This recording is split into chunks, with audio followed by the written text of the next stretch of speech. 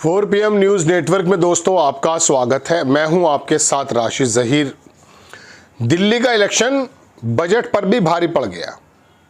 मैं बजट पर खबर बनाने की सोच रहा था, अचानक मुझे सड़क पर निकलना पड़ा और लोगों की बाइट्स ली मैंने, और वहां जाकर के मैंने देखा कि बजट के बारे में लोग जानते ही नहीं कि बजट होता क्या है। 140 करोड़ की जनता में जब बजट के प्रति इस प्रकार का विचार हो कि दिल्ली के इलेक्शन उनके लिए ज़्यादा इम्पॉर्टेंट हों, मेरी भी नज़र दिल्ली के इलेक्शन पर ही आकर पड़ गई। केजरीवाल के बारे में कुछ खबरें देखी, विधायक टूटकर चले गए, राहुल गांधी को भी बेईमानों की लिस्ट में डाल दिया साहब ने, मोदी जी को भी डाला है। तो मुझे लगा कि अब ये कोई ना कोई ऐसी कहानी रचने जा रही है दिल्ली में जो केजरीवाल को लेकर के शायद लोगों में उत्सुकता बनी हुई है। दोस्तों, आप समझते हैं कि वहाँ जीतने कौन जा रहा है, पता चल जाएगा, लेकिन केजरीवाल को एज है, इसमें कोई दो राय नहीं। और एज इस वजह से भी है कि तमाम सरकारों के परपंच के बावजूद भी केजरीवाल अकेले लड़ते नजर आ रहे हैं। एक तरफ वो मोदी से लड़ रहे हैं, एक तरफ वो राहुल गांधी से लड़ रहे हैं, एक तरफ वो अपनी पार्टी के बागी विधायकों से भी लड़ रहे हैं। 8 जा चुके हैं, 20 का टिकट काटा था, 12 और बचे हैं, मालूम नहीं क्यों कहाँ चला जाए। सुनने में आया कि एक बड़ा नेता भी जाने वाला है, शायद आजकल में खबर आ जाए। ऊपर से बजट, उसमें 12 लाख रुपए की जो छूट हुई है, दिल्ली के अंदर थोड़े से टैक्स पेयर ज़्यादा हैं बनिस्बत बामुकाबले दूसरे इलाकों के लोगों के एतबार से। 40 लाख के करीब बताए जाते हैं। हो सकता है उनको लुभाने के लिए ये टैक्स पेयर वाला जो 12 लाख रुपए का जो स्लैब आया है, ये थोड़ा बहुत मददगार साबित हो जाए और मोदी जी को फ़ायदा पहुंचा दे। बीजेपी के भी चांसेस हैं, लेकिन कांग्रेस भी अपना वोट बढ़ा रही है, और जैसे जैसे कांग्रेस अपना वोट बढ़ा रही है, केजरीवाल के लिए, आम आदमी पार्टी के लिए एक मुश्किल पैदा हो सकती है। मैं आपको ये बताने के लिए हाजिर हुआ कि केजरीवाल जीत जाएंगे तब भी सर दर्द रहेंगे मोदी के लिए और राहुल गांधी के लिए, और ज़्यादातर राहुल गांधी के लिए, कांग्रेस के लिए। और अगर हार जाएंगे तो बड़ी प्रॉब्लम क्रिएट कर देंगे मोदी के लिए। कैसे, वो सुन लीजिए। देखिए, इस अजीबोगरीब माहौल में सोशल मीडिया पे जो परपंच होता है, उसमें महारत हासिल है केजरीवाल को बीजेपी के बाद। अगर वो हार गए तो याद रखिएगा, उनके पास और कोई काम नहीं रह जाएगा कि देश में जो मोदी के खिलाफ वो आंदोलन कर देंगे, जाएंगे सोशल मीडिया या अपनी फिजिकली खाली हो जाएंगे। तो केंद्र में मोदी जी के लिए एक तीसरा, जो कह सकता हूं कि एग्जाम्पल सेट हो सकता है। भैया, हर आदमी चाहता है भैया उसके अंदर उसके पास कई सारे मौके हों।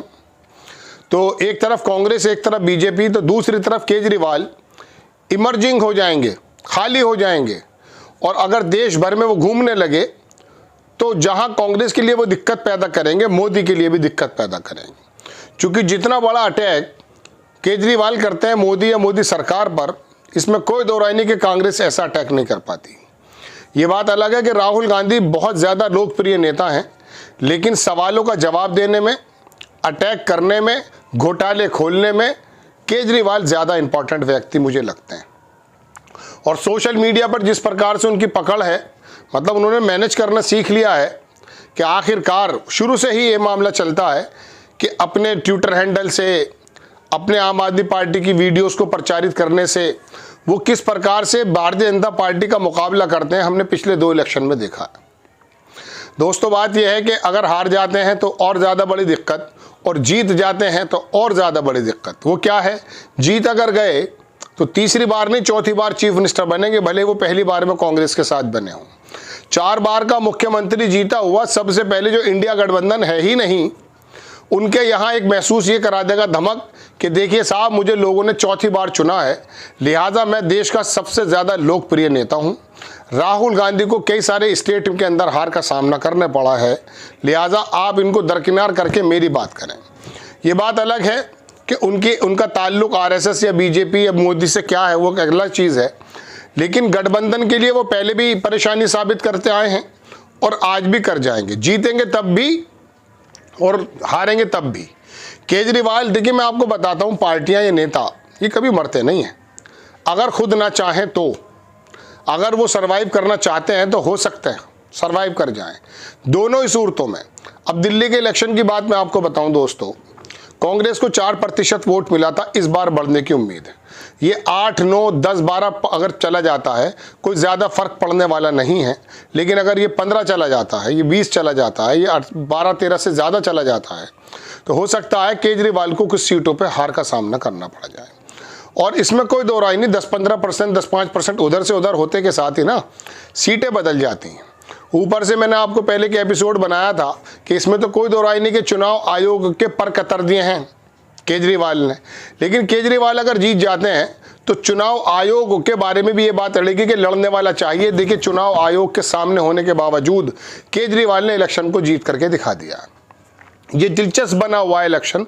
हालांकि इस इलेक्शन की, इस चुनाव की मेरे नज़र में कोई ज़्यादा बड़ी पोजीशन इसलिए नहीं है कि जिस मुख्यमंत्री को चपरासी से इधर उधर करने का कोई अधिकार नहीं, वो देश की चर्चा बना हुआ है। वो वजह यह है क्योंकि आने वाले वक्त में मोदी जी का मुकाबला करेगा कौन।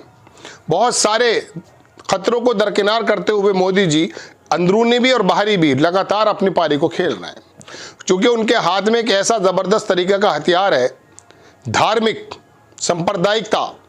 ये वाला, जब मुस्लिम की और हिंदू की बात आती है दोस्तों, तो तमाम वोटर्स के दिमाग से बजट तो छोड़ो, तमाम इंपॉर्टेंट मुद्दे भी निकल जाते हैं। वो मैं आपको बता रहा हूँ, अभी महाकुंभ में जो घटना हुई है कितनी दुखद है। अगर इसके अंदर विशेष समुदाय के लोगों को ना भगाने की बात होती तो इल्ज़ाम इन पर लगते, अब भी बुना लेते। ये इनके पास तो हर तरह से बुनाने के मौके हैं। महाकुंभ सफल हो जाए तब बुना लेंगे। और महाकुंभ के अंदर अगर मिसाल के तौर पे मुस्लिम समाज के लोग अपने ठेली और रेड़े लगा रहे होते और उनकी वजह से कुछ हो जाता, तो आप यकीन मानिए देश के अंदर ये बात होती कि कोरोना स्प्रेडर तो बताया था आम आदमी पार्टी नहीं और बाकी अंधभक्तों ने, यहाँ महाकुंभ को भी वो लूट कर ले जाते। तो इनके पास एक ऐसा ज़बरदस्त तरीके का एक वो कौन सा बताते हैं ब्रह्मास्त्र है कि वो हर जगह काम करता है। और भारत के लोगों की टेंडेंसी आपको क्या मैं बताऊं, किसी पेड़ के नीचे कोई जाकर बैठ जाए साधु और वो कहने लगे साहब मैं ये करता हूं, तो लाइन लग जाएगी। पीएचडी और जो है बड़े बड़े पढ़े लिखे लोग उसकी लाइन में लग जाएंगे।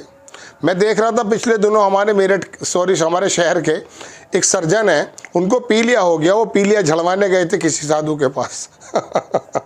जिस देश के अंदर इस प्रकार का पढ़ा लिखा तबका हो कि मिनट में ही वो अजीबोगरीब जाहिल बन जाए, कोई भी बात में आ जाए, तो फिर क्या अंदाज़ा कर सकते हैं। 2-4% की बात छोड़ दीजिए, वो तो अलग हैं ही, शुरू से अलग होते हैं।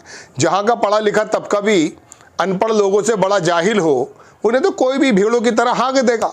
जिसके पास सोशल मीडिया ताकत विभाग होंगे वो कर देगा काम को। राहुल गांधी और कांग्रेस की बात ये जरा देर से समझ में आती है। आपको खबर कैसी लगी अपनी राय कमेंट्स बॉक्स में ज़रूर दीजिए। चैनल को सब्सक्राइब कीजिए, शेयर कीजिए। नेक्स्ट टाइम मैं किसी खबर के साथ हाजिर होता हूँ। जय हिंद।